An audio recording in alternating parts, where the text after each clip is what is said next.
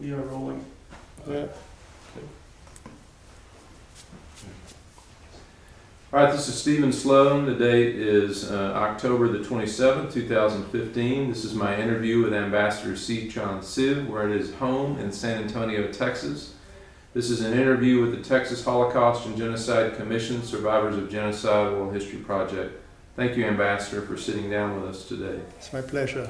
I would like to start, if I could, as we said before the recording began, we've had a chance to read your book and enjoyed getting the opportunity to hear about some of your experiences there. But for those who aren't as familiar with it, if you could give us a bit of an idea of your early life there in Cambodia and some of your experiences growing up in your village and things like that. I was born in a village near the airport, which is actually about a mile, less than a mile from the terminal. So when you go to Cambodia, if you fly into Phnom Penh airport, then you get to my village before you see the rest of the country. I was 3 years after World War II, the end of World War II, and my father was a police chief. So I, in a sense, belong to a law enforcement family. My father was a police chief. My brother was among the first to graduate from the National Police Academy, which is like the Quantico of Cambodia. To my uncles were police officers. So that's how my upbringing was. My father died when I was 9 years old. And my mother, knowing that education was important, she worked very hard to send me to the best school in the kingdom. At one point, she had to sell lotus leaves, which were used in poor countries in the 50s and the 60s to wrap produce that people bought in the markets every morning. We didn't have refrigerators, so people would go to the markets every morning to buy their fresh produce. I went through high school, and after I finished, I went to work for an airline company, the National Airlines of Cambodia, and I flew all over Asia. I went even to China at the peak of the Cultural Revolution, and what I saw there was unbelievable. I never thought that a few years later that revolution would reach my homeland.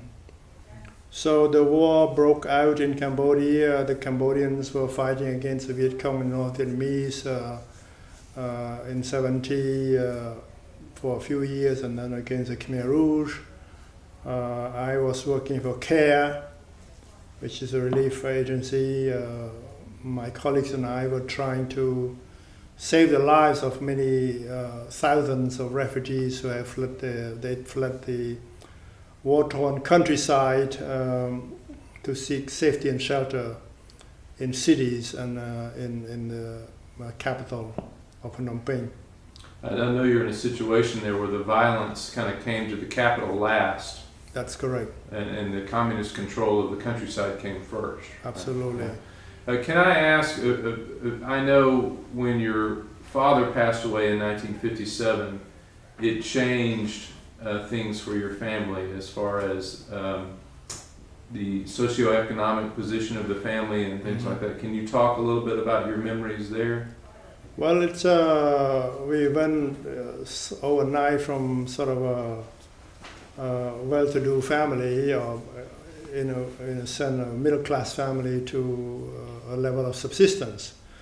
That's why I mentioned a moment ago that my mother worked very hard to bring us up. And she knew that education was important. She wanted me to go to the best school in the kingdom. So I was sent to the top high school in the country. It was like the Phillips Academy of Cambodia in a sense. And I finished school, and my first job was a flight attendant. I know there's a lot of pressure in your home country and in other surrounding countries on the exams and the exam system. And so can you tell me a little bit how that was for you? Oh my goodness! We were Cambodia was under the French rule for 90 years. When I was born, we were still under French, so in a way I would have gotten French citizenship. So the French influence was just enormous in the area of cultural and other activities, but primarily in education. We studied everything in French. French was my second language, and France was the symbol of modern civilization. We saw the world through France. France was the mother country.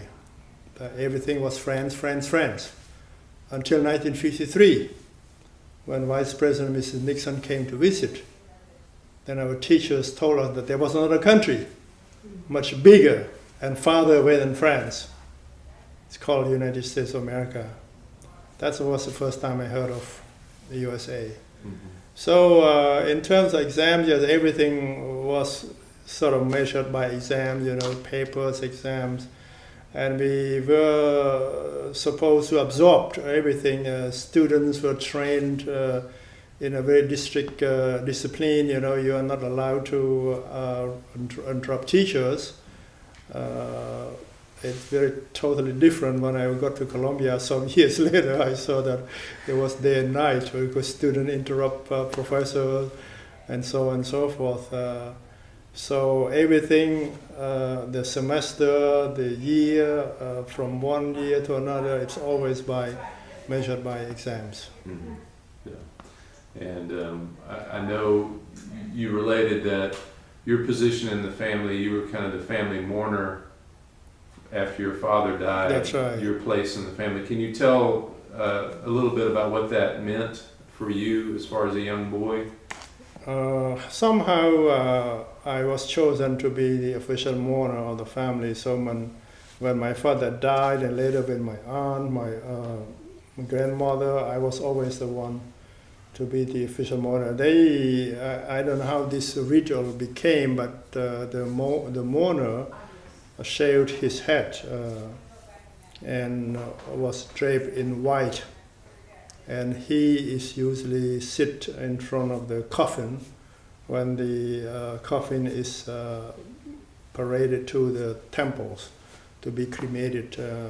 Cambodians are primarily Buddhist, and that a tradition that I don't know when it started. Everybody, all the dead had to be cremated, and then we collected the ashes at the end and put them in the urns and placed them either at home or at the temple.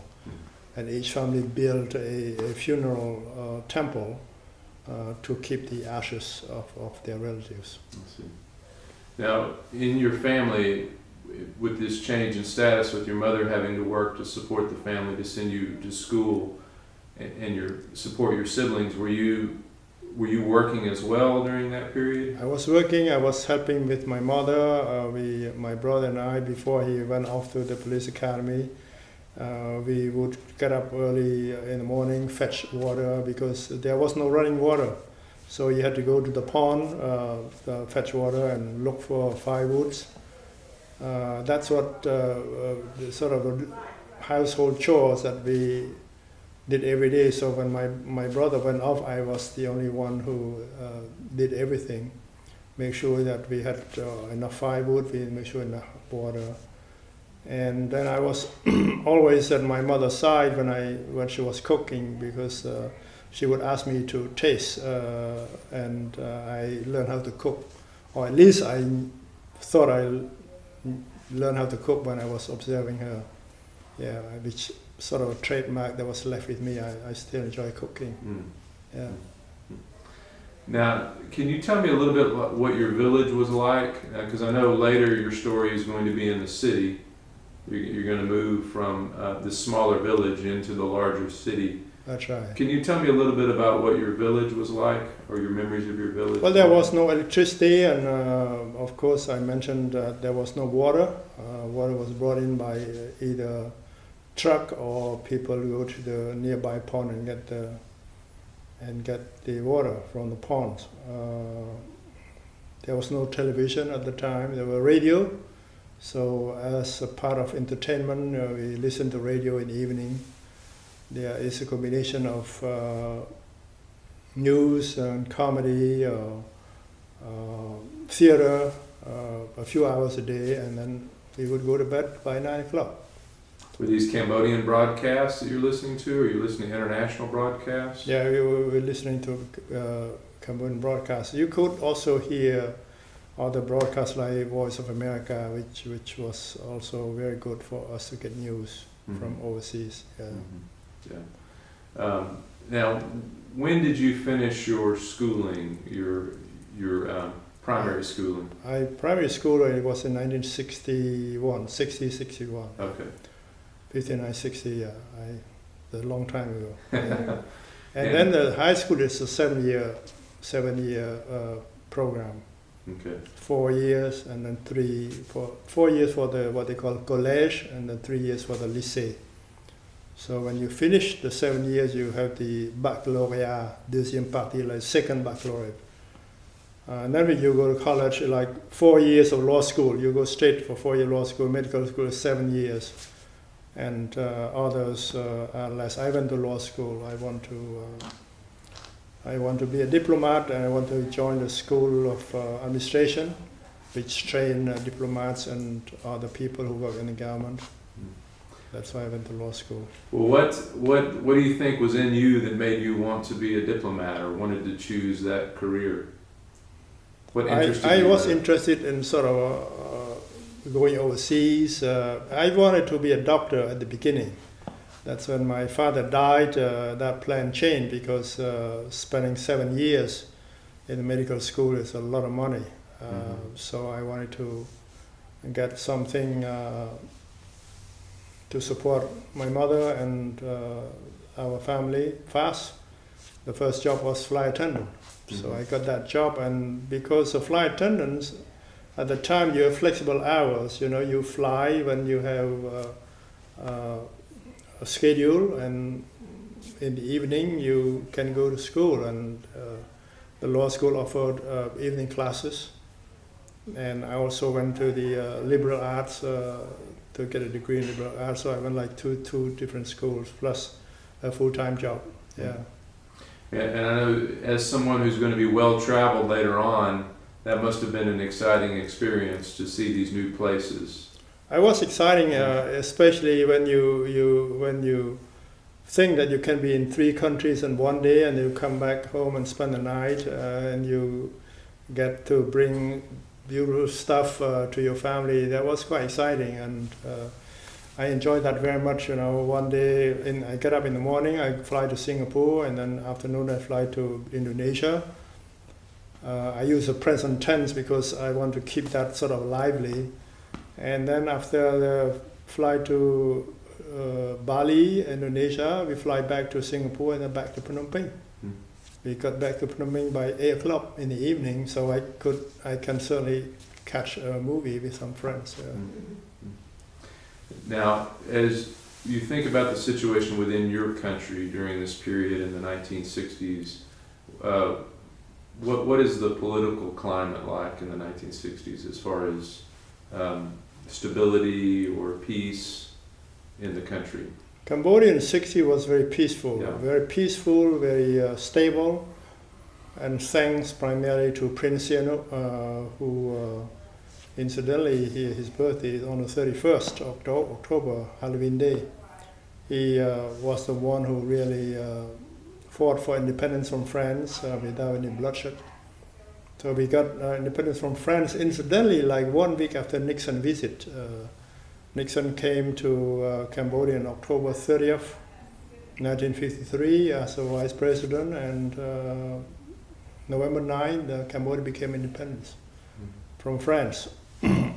So we in my generation, we grew up dreaming about going to France to study or to continue our education. And that was the hope of everyone, to go to Paris, study in one of the Grandes Écoles, one of the big schools there, and going back and working to help the country. But that thing changed after the war broke out in 1970. So all along I was trying to adapt myself. When I couldn't go to medical school after my father died, the dream sort of faded away. I got whatever I could find. The first job was flight attendant. I got that job and went to 2 different schools. I know even as you're traveling with that job in the 1960s, you're aware of instability around Cambodia and war breaking out around Cambodia. But only in Vietnam, Yeah. there was only a war in Vietnam. Laos was not that striking in terms of awareness. But we knew that there was a war in Vietnam, but in Cambodia it was very peaceful. Mm-hmm. Nobody heard anything about the bombing and so on and so forth. So it was until 1970 when the Viet Cong and the North Vietnamese began to attack Cambodia that we realized that we were really a fragile country. Mm-hmm.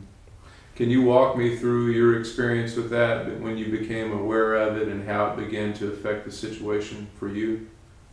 Well, I think it was until the Viet Cong attacked the airport in 1971 that we knew that the danger was really real. Somehow the Cambodian forces were able to push the Viet Cong back far away, but for some time they were able to launch rockets into the capital. And the Khmer Rouge later took over from the Viet Cong and North Vietnamese, and they instilled in the population a sense of fear every day. When you saw rockets killing children, women, and innocent people in kindergartens or in the markets, that sort of broke my heart, and that's why I left my teaching job to work for CARE, the relief organization, trying to help those refugees and those displaced people who fled the war-torn countryside. Mm-hmm. Now, I know the Khmer Rouge, as they rise, they're drawing on this anti-French or the elements of anti-French feeling that may have existed, or they're using that as a way to kind of push their program. Had you felt that before, that there was a resentment, or did you feel that before among the population? No, I didn't feel there was an anti-French movement because somehow we got along very well with the French. I mean, Cambodia was one of the few countries in the world that got along with their former colonial power. Mm-hmm. That's why people like me, who grew up in the post-colonial period, wanted to go to France, because we thought that education was much better. There was a sort of ticket to bigger and better life. I never thought that I would be ending up coming to the United States. Mm-hmm. As I mentioned many times in my book Golden Bones, the dream was to go there and get a diploma from one of the Grandes Écoles and going back and helping the country. So the Khmer Rouge, you probably know that the leaders were a small group of people, about nine people. They were interrelated by marriages and ideologies, and most of them went to France, just like everybody else, in the 50s to study, and many of them were on government scholarship. Instead of studying hard, they joined the French Communist Party and the French Socialist Movement, and some failed their examination. They were considered as outcasts of the Cambodian society. When they went back, they found a society that was peaceful and what Prince Sihanouk called la joie de vivre, the happiness of life. They went to the most remote area in Cambodia and then tried to convince those people who had never seen a city or city life that if we fight together, this is all for you. All these houses, these beautiful villas, they are all for you. And they were able to, to a certain degree, brainwash those young people. Because when I was in the Khmer Rouge, one of the most difficult things for me was to try not to say anything, because what I saw was totally wrong. Mm-hmm. I was walking with a group of Khmer soldiers. We came upon a railroad track. They never seen a railroad track before. They thought it was a long stairway to somewhere. And these are the kind of people who had the power of life and death over ordinary citizens. So their bloody revolution turned out to be a disaster, as we have already seen. Yeah, very backward, very uneducated. Yeah. Tell me about a little bit more about your decision to work for CARE, because that was a very different. You were on kind of a career path, but that's a very different choice for you. Yeah. Can you tell me a little bit about making that decision? Well, there's a gap between that. After I left the airlines, I was laid off by the airlines because when the war started, they began to cut off their flights, their destination.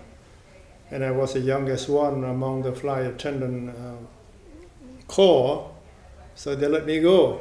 So I wanted to find another job. I passed the exams into the École Normale Supérieure, which is like the teaching college, and I spent 2 years there, and I became a teacher. The teachers in Cambodia work for the government. They belong to the Ministry of Education at that time. So I had a choice, a good choice, because I got it on the top of my class. I chose one that is close to Phnom Penh, to the capital, so that I can could continue to study. So I was a teacher, a high school teacher for 2 years, teaching English, language and literature.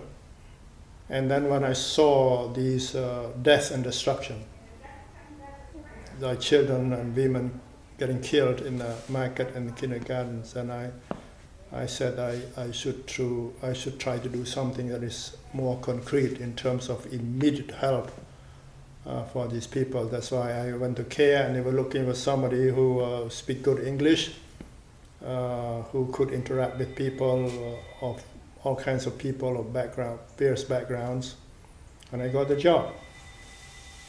So that's when I traveled around in the country in very dangerous circumstances, trying to respond very quickly to the disaster. When there are people who fled from a war-torn area, seeking safety and shelter, we were there immediately to provide them food, clothing, and shelter.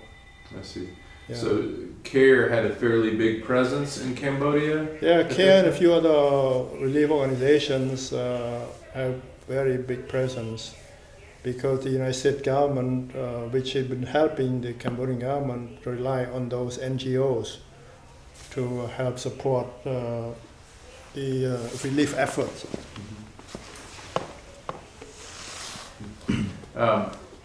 And so with that assignment, you're going to villages throughout Cambodia, hot spots in Cambodia, yeah, where the rural people are suffering. Exactly, and we go through some dangerous areas, because we don't know whether we are going to drive through an ambush by the Viet Cong, the North Vietnamese, or the Khmer Rouge. But in a war situation, I learned how to just keep my head low. I never questioned the morality of the war. My job was to help people survive in a very critical situation. Were you traveling and supported by government forces when you went into places? No, we don't want to travel with government forces. You become target. That's right. You become target. You want to be all alone. Yeah, I mean, the Red Cross sign and nothing. They don't respect anything. Yeah, so we try to be low key, and we get in and out very quickly. Now, as you traveled from place to place, you probably had a view of the Khmer Rouge movement, or how it was growing, or how their territory or control was expanding. I do know, I didn't have some knowledge of it, but I didn't want to pay attention. I don't want that to cloud my objective in helping people, so I just focus on helping people. Yeah. When did you begin to realize that the whole country was in danger, or the government was in danger? when I was called to meet the director, and he told a few of us, like 4 or 5 of us, that we would be given a seat in an aircraft in evacuation if when the time comes. And that's suddenly I realized that the time is already there.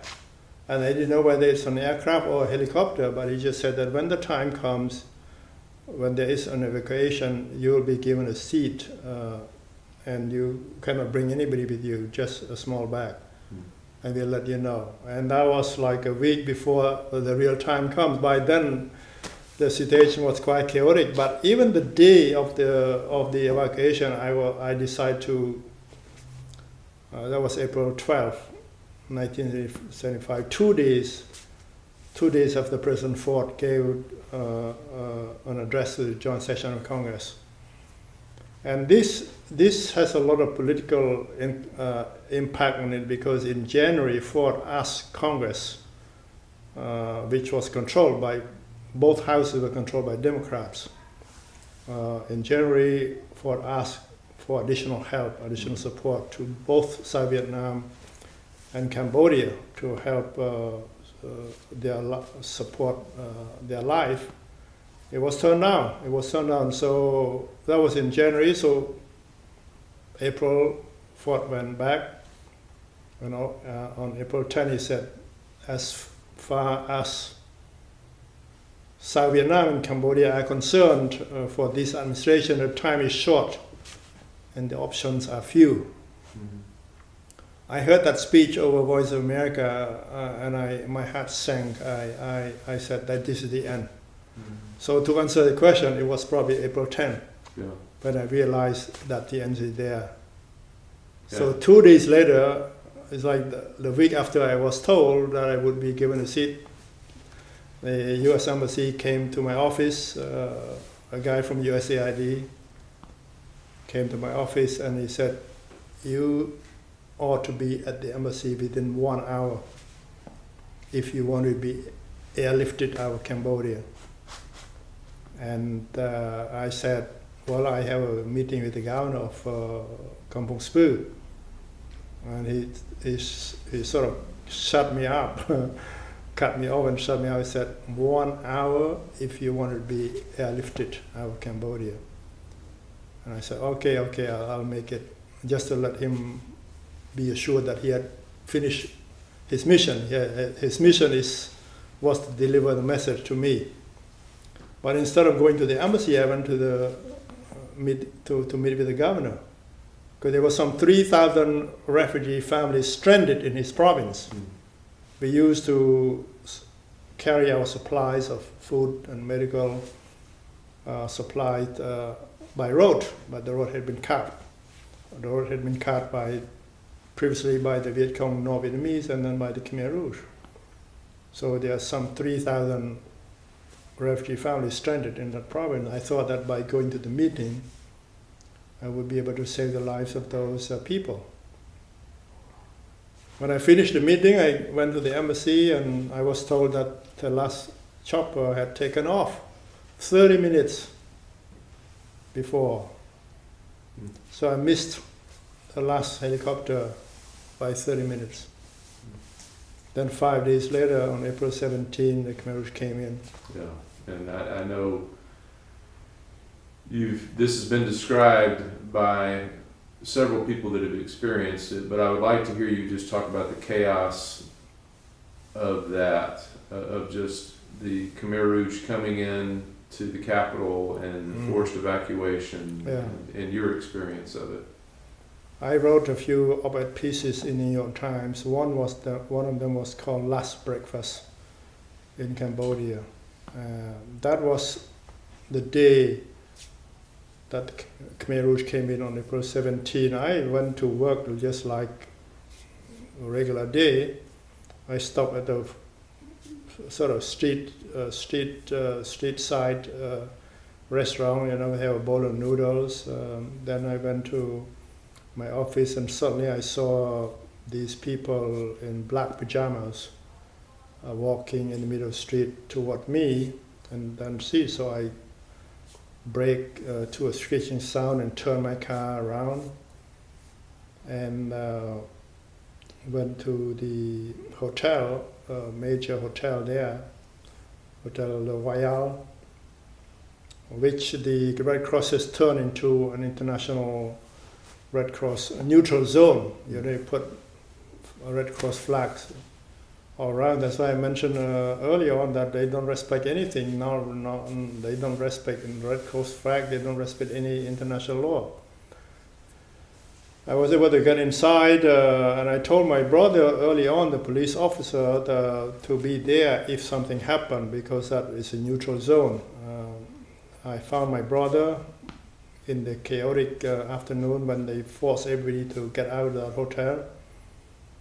And we both went to the French embassy because I was told, I spent the whole day, April 17, in an emergency surgical room that the Red Cross set up to operate on people who were wounded that day. I was the interpreter. Most of them came from Europe and they don't speak, many of them don't speak neither French or English, like Scandinavian and so on. A few spoke French. So I was doing the translation between French and English and Khmer, the common language. It was quite confusing because sometimes I spoke French to the English-speaking staff and I spoke English to the French-speaking staff by translating from Khmer. But somehow we were able to communicate.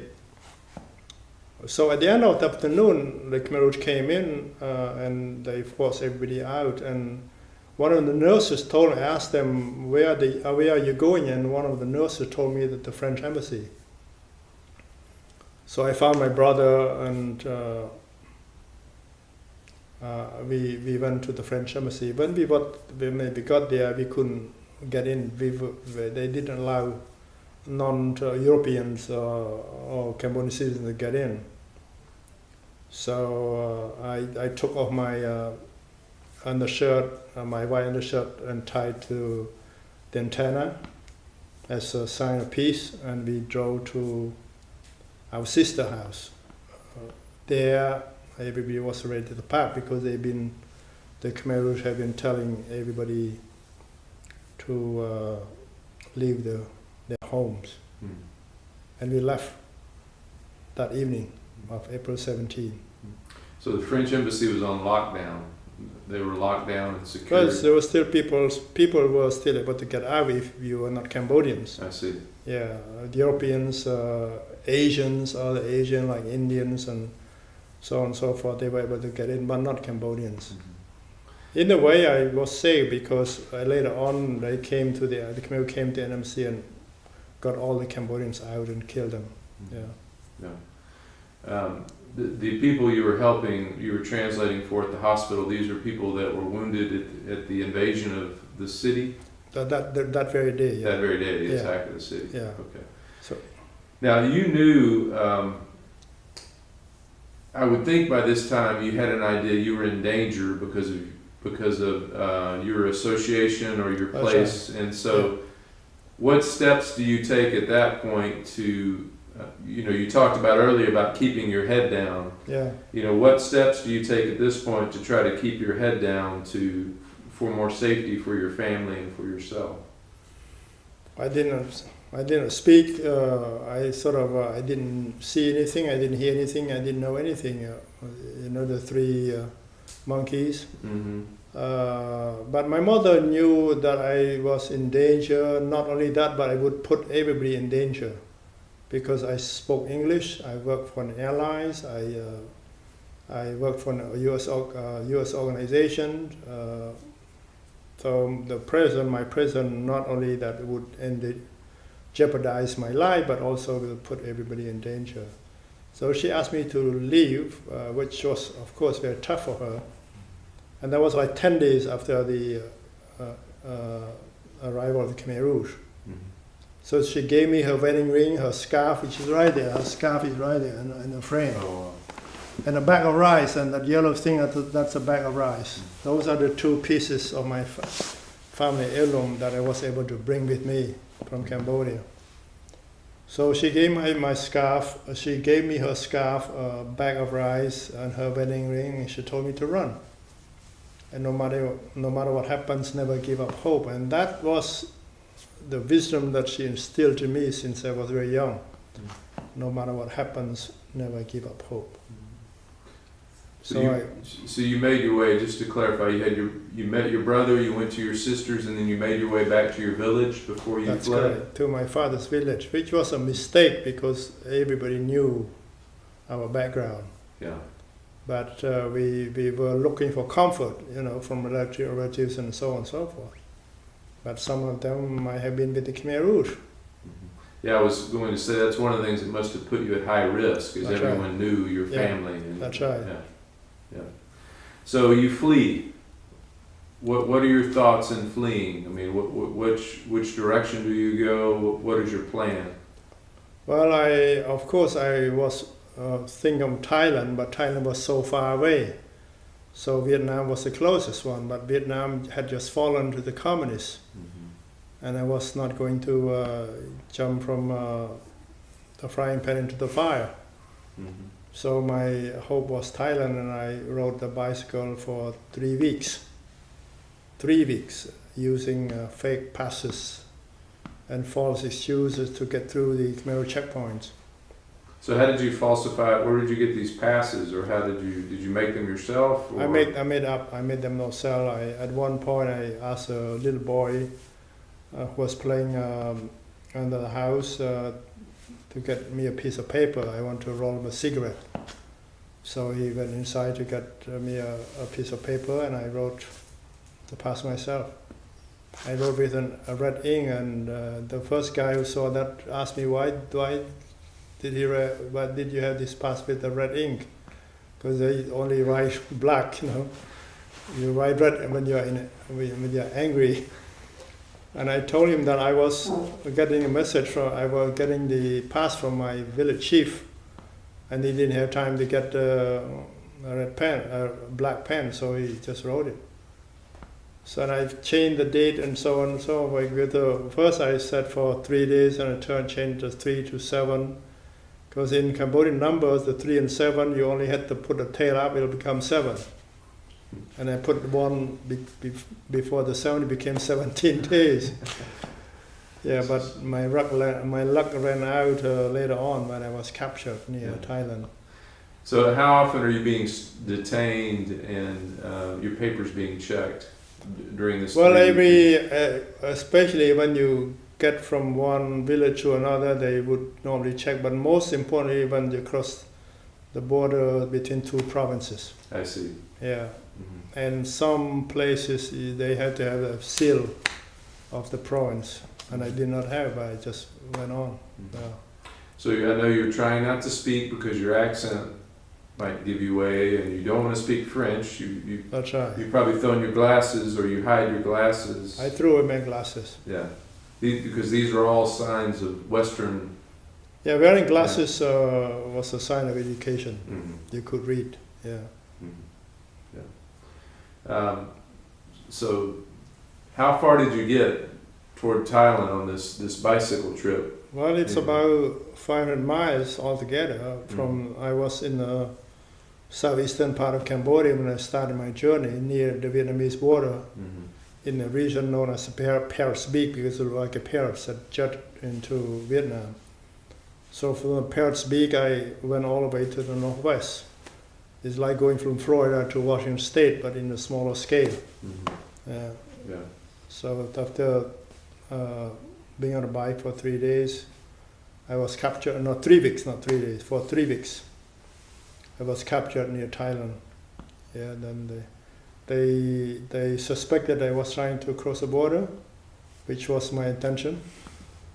So they tied my arms behind my back, and they were going to kill me that night. Then a truck driver whom I had met a few days before saved my life. He told the Khmer Rouge that I was an innocent person wandering around looking for my family. Yeah. Then after that, I was put in forced labor camps. I mean, the whole country was a huge labor camp, and it was a killing fields. So we were forced to work 18 hours a day, We were given a bowl of rancid soup a day to eat. At night, I never knew if I would be alive the following morning. When I woke up, I said I would make it to freedom. You're in the rice fields? Are you growing rice? What sort of forced labor? We did everything. We did Okay. everything. I mean, digging irrigation canal. We clear lands. We planted rice. We harvest rice. We demolish houses. We build barracks. Everything. 18 hours a day. Yeah. I know you're a hard worker, but you haven't done that sort of work No. before. No. I was all along. I was more a city person, an urban boy. But when I was smaller, my mother sent me to the villages to spend time with my cousins who were farmers. So I had some idea on how to cultivate rice, but I never did it myself. I just saw and observed, and so on and so forth. But this was real stuff. I mean, real hard work. And in this camp that you were living in, or in this jail you were living in, did you get a chance to interact with? Were you able to interact with other people that were in forced labor, or? No, I did not trust anybody. Yeah, I was polite and that's it. Some people talk openly between ourselves to try to escape. I did not buy into that because I didn't know that he was an agent of the Khmer Rouge or not. I kept my mouth shut. I closed my eyes in a sense that I didn't see anything. I didn't hear anything and I didn't speak of anything. It would seem to me in that situation there would be some point where you would give up hope, or you would lose hope, and I don't know if that was true for you. Well, I never gave up hope, but I was almost at one point. I was at the end of the rope to the speak, even before I jumped off that truck. At that moment, I thought, "Am I going to do this? I'm going to jump off this truck, probably break my neck and get killed right there, or I would survive." But I said that there were only two kinds of people in Cambodia under the Khmer Rouge: those who had died and those who would die. And I said that if I die, I would die a free man. So I jumped off that truck. I was caught on a piece of lumber and I was dragged for a few hundred yards before I was flung off. Yeah, tell me that story, because I know you saw in that an opportunity to get closer to the border or for a greater possibility of escape. So Yeah. Tell me about taking that assignment. Yeah, they in 1976, early 76, January 76, they were looking for a crane operator. And I understand that they were going to use a crane to pick up timbers found along the Thai border. So that would increase my chances to escape. And I never been in a crane in my life. But I raised my hand. I said I was a crane operator. So at night I burned small candles and I pulled a blanket over my head and I studied instructions. That fact alone would have cost me the life if I were caught reading something in English. But I had nothing to lose. Either I die or I survive. So during the subsequent trips to the border, I began to study the land area. I was sitting in the back of the timber truck because they brought the crane and they left it there near the Thai border. So we would go from the village, nearby village, to the timber pickup points. I studied the land area. I found out the shortest distance to Thailand was somewhere between the timber pickup point and the nearest village. And on February the 13th, 1976, I was alone in the back of the timber truck. But I couldn't jump to the left. nor to the right, because the driver or the Khmer soldier with an AK-47 would have seen me through the rearview mirror. What I did, I was on the top of the timber. I crawled on top of the timber all the way to the back, and I just dropped myself behind the truck. On the way down, I was caught in a piece of lumber, and I was dragged for a few yards. Before I was flung off, and then I picked myself up, and I began to run, to crawl, to walk, to swim for 3 days, having nothing to eat or to drink. Then I fell in a booby trap. I was severely wounded, but I wasn't killed. The trap consisted of punji sticks, sharp bamboo sticks. They were supposed to catch the unlucky victims at the stomach or the heart. Mm-hmm. But I'm tall for a Cambodian, so the sticks hit me at my legs. I pulled myself out and I began to limp along until I got to Thailand, where I was jailed for illegal entry. Now, was there a Khmer Rouge presence on the border when you crossed into Thailand? No, if there were, I wouldn't be alive. Yeah. Yeah. So when you said when you went into Thailand, were you going into a refugee camp or? No, I was jailed for illegal entry. They cut me at the border. I ran into a farmer. I told him that I just arrived from Cambodia. What do I do? And he said, stay there. I'll go and get my father. So he went to get his father. When the father came, he asked me, did you see the Khmer Rouge along the border? I said, I don't know where the border was. He said, you see those bamboo trees? That's where the border was, the borders.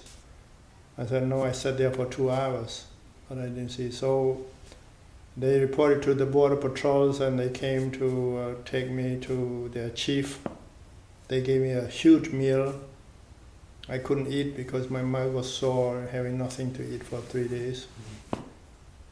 Then they took me to the temple to be blessed by the monks. And then the following morning they sent me to prison.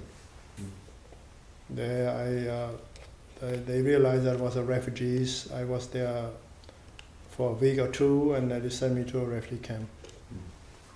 Now, in the refugee camp, I know you got an assignment where you got to teach again, right, in the refugee camp? It was I volunteered to do that. It was not an assignment. Oh, okay. Yeah, I saw many people.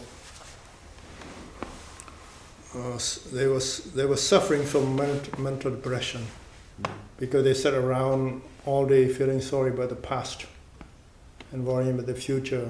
So I thought I would do something to help them out. So I organized English classes. It was a win-win proposal. Many of them were going to an English-speaking country. Mm-hmm. Australia, Canada, New Zealand, the UK, the United States. So they were able to get some basic English.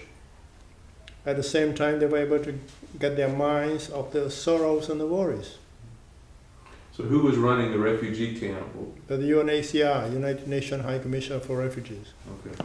Yeah, and of course with the support of the Thai authorities. Mm-hmm. And how were conditions in the camp itself? It was hot, filthy, humid, depressing, but for me, I'm thankful that I was alive. Mm-hmm. I was thankful that I was alive, yeah. I usually look from the positive side, and I want to help them out. That's why I organized those English classes. Mm-hmm. And I would imagine you have to go through a processing there at the camp? Yeah, the minute you arrive, at the camp, you in general practice, a new person is interviewed by the UNHCR to determine the eligibility. You know, what is a refugee? There's somebody who has fled his or her home country for fear of persecution. Mm-hmm. And of course, they know very well that the Khmer Rouge were killing Cambodians, so these people fled for fear of persecution. So that is already founded. Though the idea is, do I have any connections? In Australia, none. New Zealand, none. UK, none. France, yes, I have a lot of friends in France. I grew up in the French system. I had nobody in the United States. I don't know a single human being in the United States. So my prospect was to France. But the people in France told me that it's very hard to get jobs there in 1976. France was going through a recession, and they said, if you have a chance, you should try to go to the United States. But then I had no connection in the United States. But I was interviewed anyway. My former colleague, former supervisor, was, by then she was already transferred to Sri Lanka. And she knew that I was in Thailand, safely arrived in Thailand. She contacted her college roommate in Connecticut. And she asked them to sponsor me. Yeah, so this family, Bob and Nancy Charles, from Wallingford, Connecticut, they, out of the goodness of their heart, they brought me in. Yeah, but otherwise I did not know anybody. I did not even know Bob and Nancy until I got there. Were you able to get information while you were in the camp on your family or other people that you knew? Well, but there was no information. We went to the Red Cross, there is a tracing center where you fill out form, and there was nothing. It was not until 4 or 5 years later that I learned that my entire family was killed. Yeah. And so you left Thailand when? June 4th, 1976. Okay. Yeah, I was there for a few months. It was a record time. Most people spend a few years. Many were born there in the refugee camps. So June 4th, 1976, I arrived in Wallingford, Connecticut, with my mother's scarf, that empty rice bag, and $2. Long way from Cambodia. It was a long way, yeah.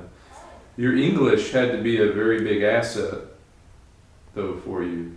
It was a very big asset because the big challenge for refugees to go to a new life is, the first one is the language.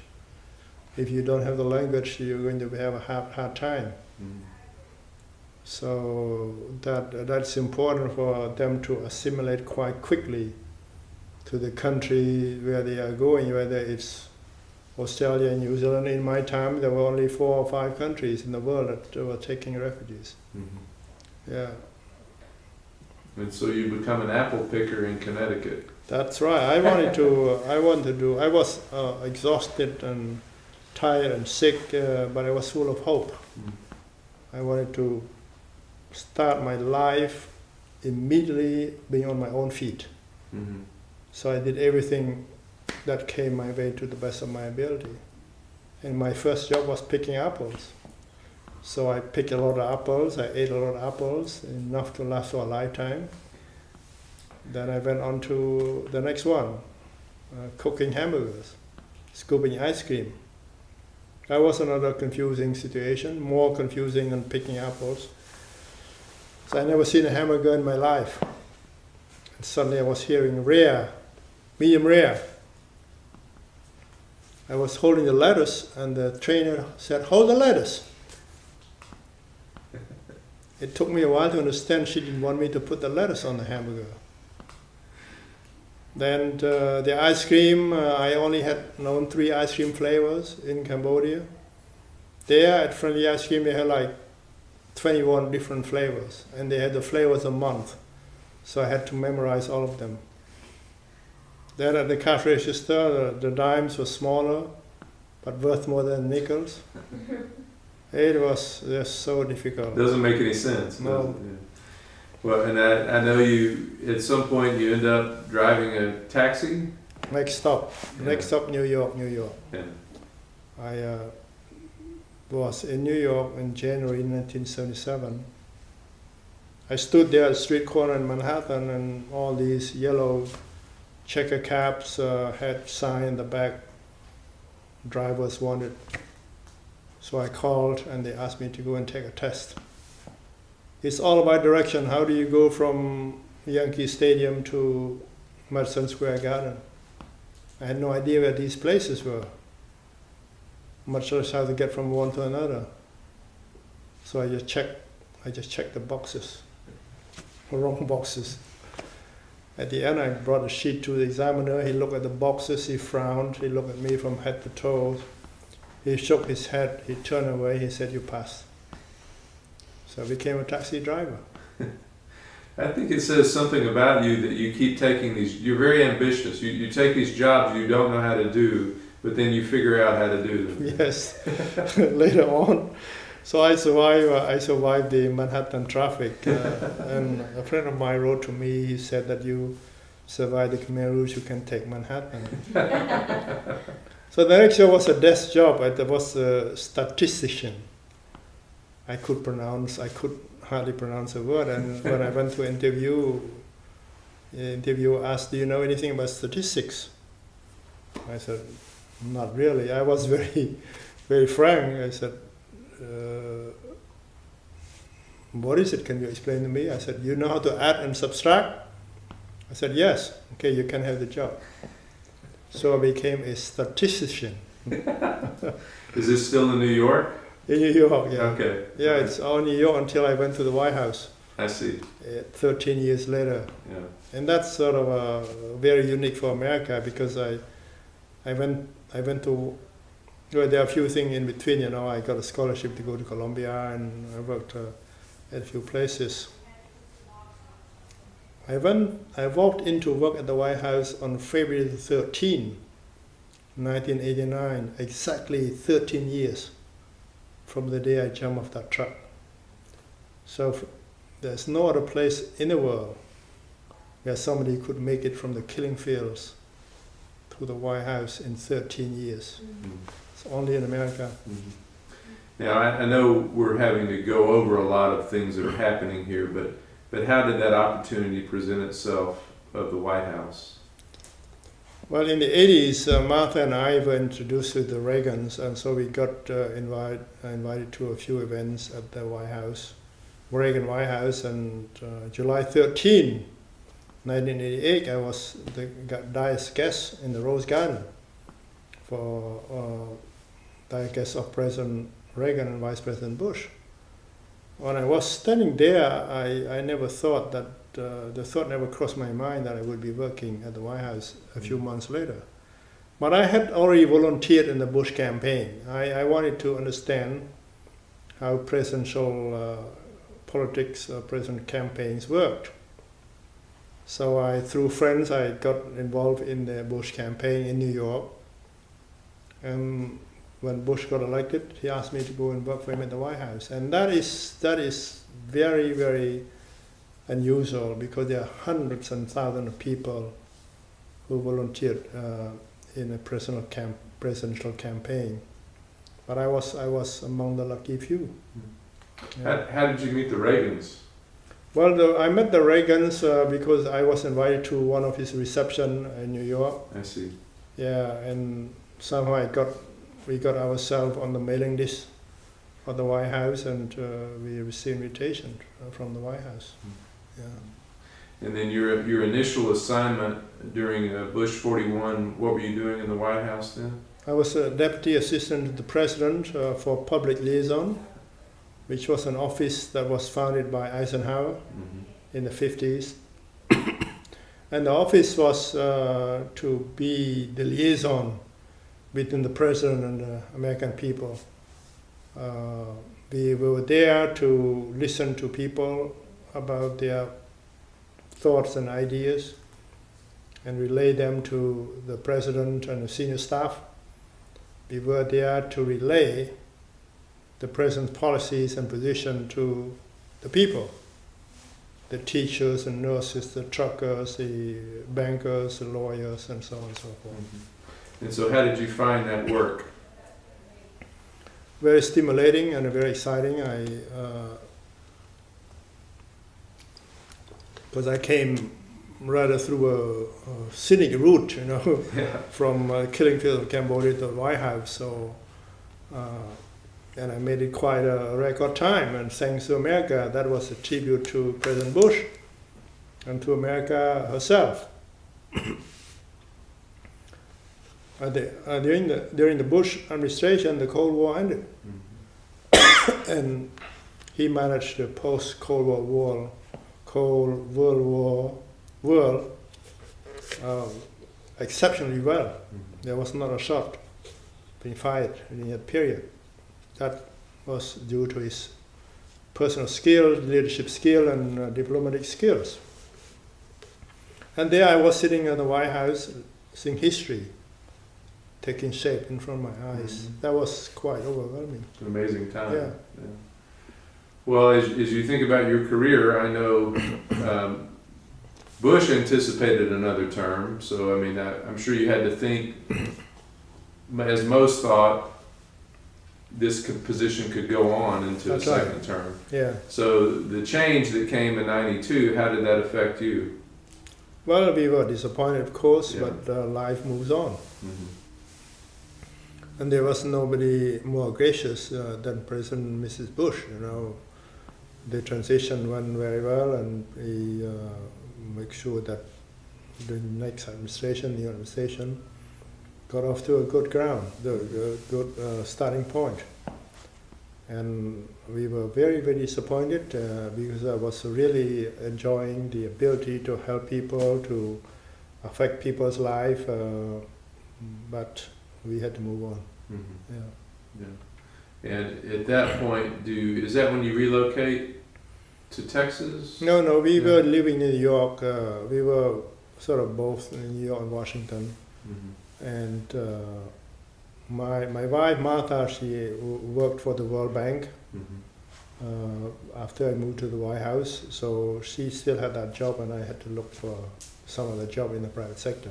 Mm-hmm. And then when George W. Bush got elected, I was sent to New York to work at the United Nations. Mm-hmm. Yeah. Which was amazing when Bush 43 came in the White House, because you had a relationship and you knew all those connections that weren't there That's right. in the early period were back. That's right. And so tell me, I want to know about the opportunity, or when the offer was extended to you, the UN offer, Mhm. and that opportunity was extended to you. Well, the presidential appointees, this is what we call pleasure of the president. We serve Yes. the pleasure of the president. And both President Bush, 41 and 43, they brought very good people, excellent team. 41, I had excellent colleagues at the White House. I learned a lot from them. We had a lot of work together, good work. We produced ADAs turning 25 shortly, and already turned. And we accomplished a lot under the leadership of President Bush. And the same thing for 43. I was blessed. I was lucky because I spoke a few languages already. And I knew how to interact with people of different cultures. So in a way, it was a natural environment for me. I could relate to the French-speaking African ambassadors. I could relate to the Latin American ambassadors with my Spanish, and of course my Asian colleagues and the Europeans and so on and so forth. So it was a sort of hit the ground running. And I got there after 9/11, so the issue of counterterrorism became important, very important for not just for us, but for everyone in the whole world. And so we accomplished a lot. Yeah. Were you in New York on 9/11? No, I was in Washington. Both Mhm. Martha and I were still in Washington. Yeah. Yeah.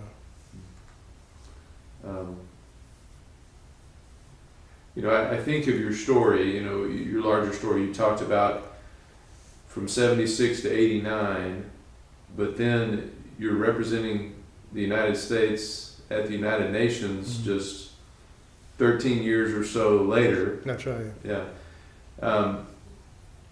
what is it you think it says about your new home when you think about the United States that you were the representative that was sent to the United? That's a little unusual when I think of who comes to represent their That's different right. nations at the Yeah. United Nations. So, Yeah, that's a reflection of America. You know, when I walked in, my colleagues from 191 countries looked at me, and they saw America. They saw you. They saw America, her strength, her greatness, her future. And each time I pronounced on behalf of the president and people of the United States, that was my proudest moment. And America, the United Nations is to us a very special place because we co-founded the United Nations. We play host. New York is the world's largest diplomatic community, and we are the largest benefactors to many United Nations programs, from what I call cradle to coffin, from children to aging, and everything in between. HIV, AIDS, health, food, famine, women, human rights, we are there at the top. We are doing this not to be popular, we are doing this because we are Americans. Because it's our duty to honor our country. Yeah. And America has never been a conquering power.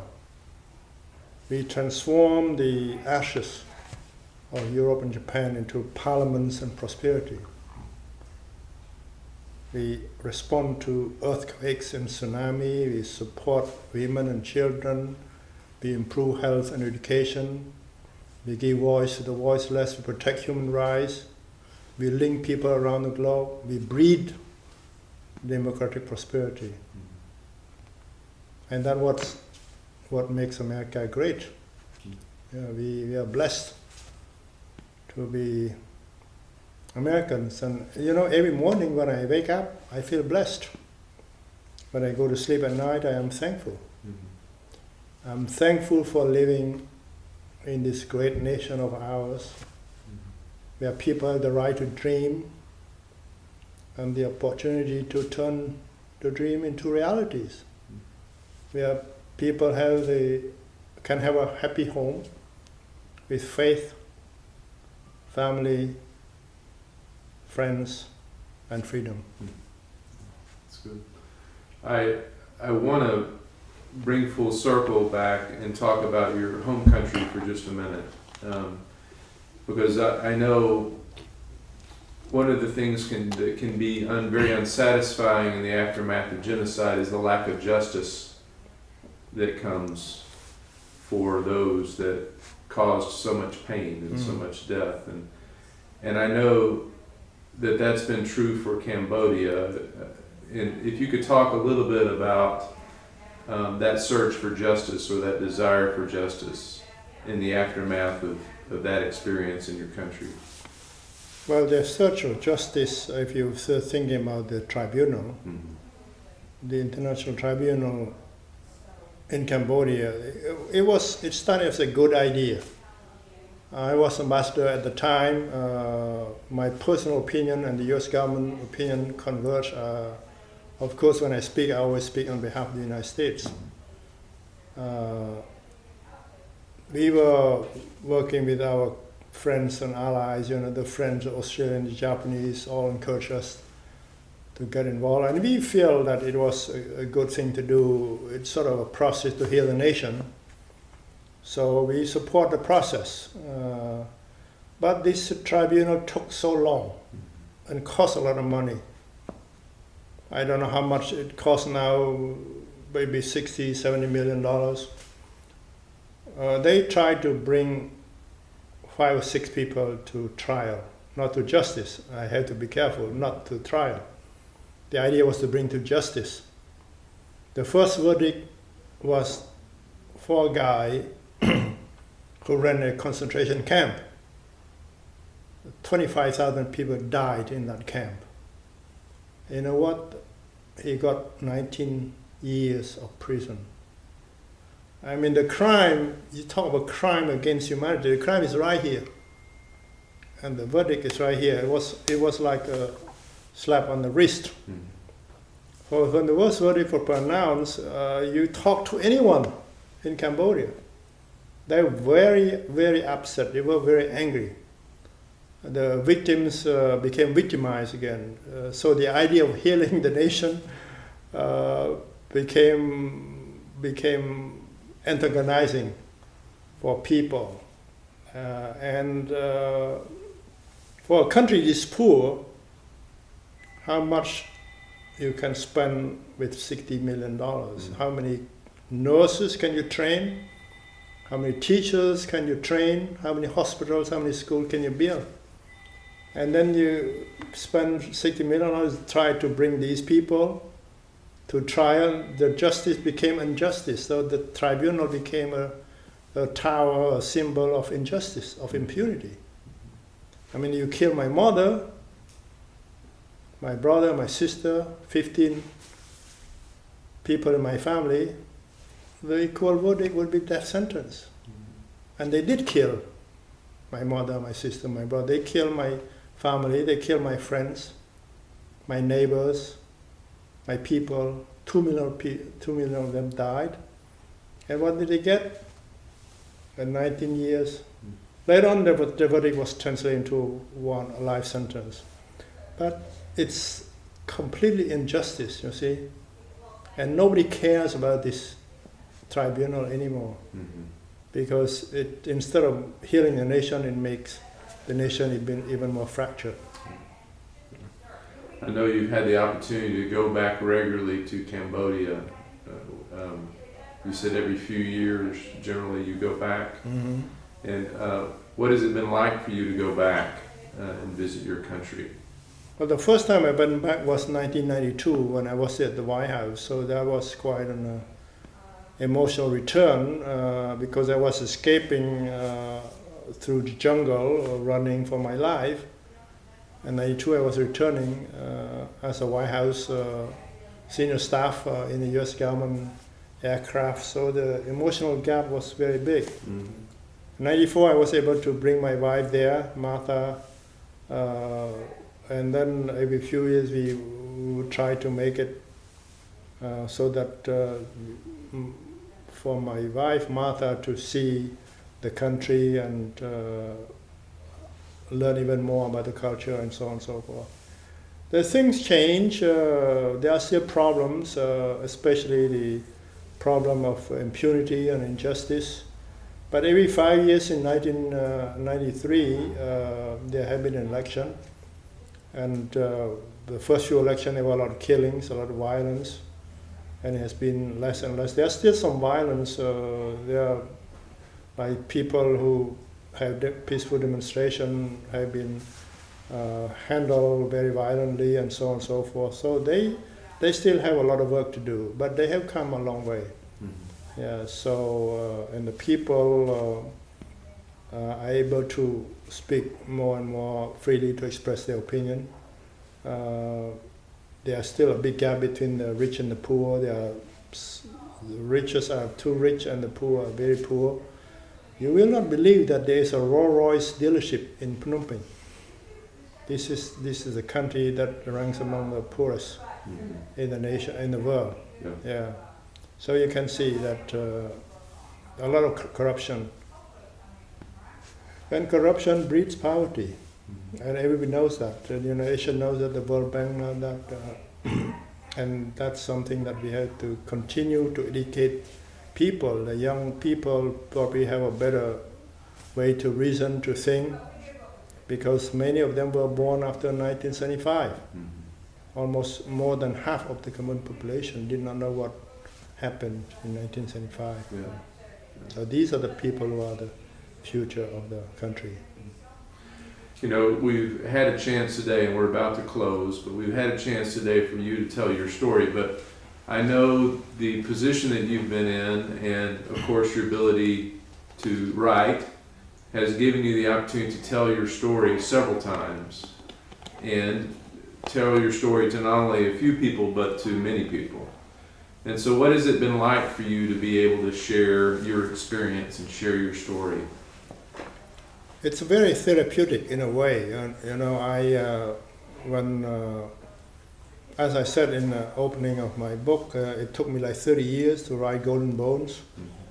because I hesitated quite a bit when I arrived here in '76. Each time I introduced myself, people asked me when are you going to write a book. So I was reluctant, but as I continued to travel around the world, the questions persisted. So when my wife, Martha, bought me a laptop, I thought that this is the time to put pen to paper.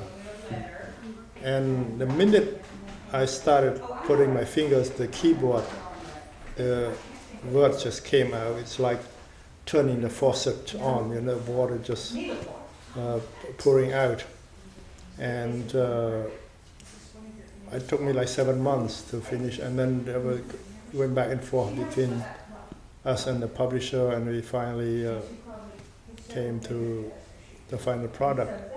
So from the time I pressed the send button until now, there has been a lot of gratification, satisfaction, especially when people send us email. Is it noisy, or you want me? That's all right. You want to tell Maybe, yeah. Martha, excuse me, we are recording here. I hope you have to. We can get that out. You can get it out, okay. So you were saying from the moment you hit the send button. Until now, after I saw the hand button, I felt a very heavy burden lifted from my shoulder. Until now, we are very gratified that people continue to thank us for sharing the story, and that is a great satisfaction. Yeah, I always retell this story about an Australian woman. She's told me that she traveled from somewhere and to Melbourne, and she was reading Golden Bones, and she was at the end of the story, and she walked from the plane to the luggage claim area, and her luggage was going around a conveyor, and she was standing there reading a book. They almost collected her luggage, and she finally finished. She said that we were so absorbing that she wanted to finish the book before she collected the luggage. So that is very satisfying, very gratifying. Yeah. Well, your story is an amazing story. I think of you as a young man dreaming to be a diplomat, and then being able to be a diplomat on the biggest stage. That's right. Yeah. So it's a blessing. Life is a blessing. Yeah, I am very grateful for that. Yeah. Well, I know you have a commitment that we want to respect that you have to get to, so I want to thank you. Well, thank you for coming. Thank you for the pleasure of sharing the story, and wish you all the best for your project. Thank you. Thank you very much. So it's come out in a DVD or what? We'll put it. The Texas Holocaust and Genocide Commission is going to put it on their website. Oh, okay. And we'll also transcribe it. So Okay, we'll take it and transcribe it, and we'll send a transcript to you to look over to make sure it looks